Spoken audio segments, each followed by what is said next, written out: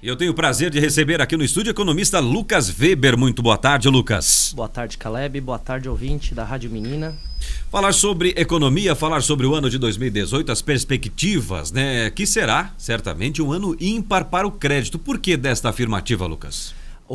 A taxa Selic, ela teve uma queda expressiva, chegando ao mínimo recorde para o nosso país. E com a inflação sob controle, o Banco Central ele pode continuar com essa taxa estável e diminuindo. Há uma perspectiva de diminuição dessa taxa. Sim. O que ocorre? Diminuindo a taxa Selic, que é o valor em que os bancos pegam recursos do governo e pagam para o governo proporcionar essa taxa, ele repassa aos tomadores de empréstimo. Então, quem tem dívida vai poder ir ao banco renegociar essas dívidas. Quem tem dívida de cartão vai poder pegar um empréstimo mais barato em banco e vai poder estar negociando com maior cautela, com maior precisão, estes valores.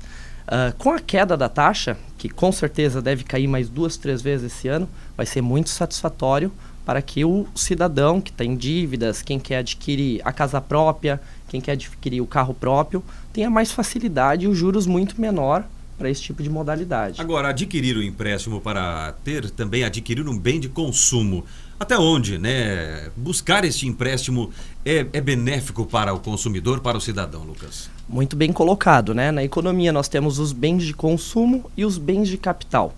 Os bens de consumo são produtos em que a gente consome e terminou. Os bens de capital são investimentos. O que, por exemplo? Uma casa, um imóvel que tem uma valorização. Ele é um bem de capital. O empresário que deseja adquirir uma máquina, por exemplo, para aumentar a produtividade, é um bem de capital. Se você precisar de um computador ou um novo sistema aqui para sua rádio, com esse financiamento, com crédito mais barato, você está investindo em bem de capital. Que vai lhe trazer alguma valorização, algum benefício direto econômico, né? Com certeza. Ou uma redução de despesa, ou uma maximização do faturamento e do lucro. Enfim, dentro disso.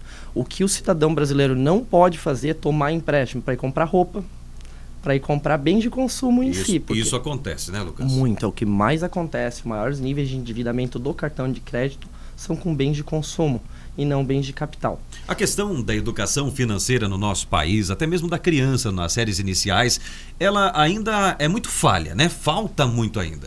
Totalmente falha. Inclusive, para os adultos é falho. Porque da mesma forma que nós administramos nossos recursos pessoais, uma empresa administra seus recursos próprios, o governo também administra da mesma maneira que eu e você administramos as nossas. Os nomes são diferentes, os termos utilizados são diferentes. Mas é o mesmo sistema. Mas é o mesmo sistema. Exemplo, um governo ele pode se endividar? Pode, e muito. Dívida hoje, imposto amanhã. Então nós temos que ter esse cuidado, porque as mesmas procedências que nós tomamos na nossa vida são as que as empresas tomam e são que o governo também deve tomar. Porque senão o caos ele é eminente, né? Para resolver aquelas dívidas, buscar o parcelamento, reparcelamento, que deve se observar neste momento? Os juros, a taxa de juros efetiva cobrada sobre o seu contrato.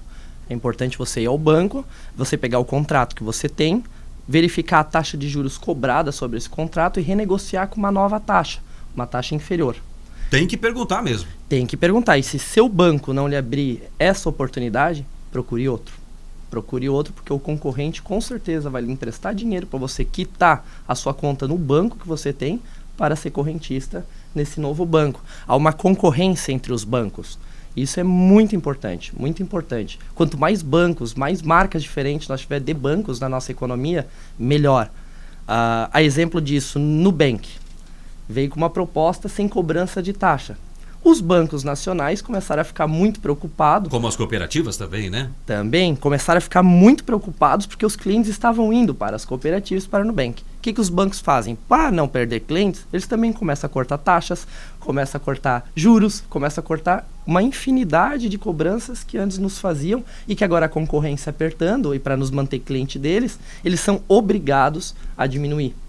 Tá certo, Lucas Weber, esse é o economista aqui de Balneário Camboriú, trazendo informações em relação à economia. Gente, importante falar sobre esses assuntos de uma forma inteligível, de uma maneira que nós todos compreendamos. Muito obrigado, Lucas, pela sua participação aqui no Estação Notícia. Eu que agradeço.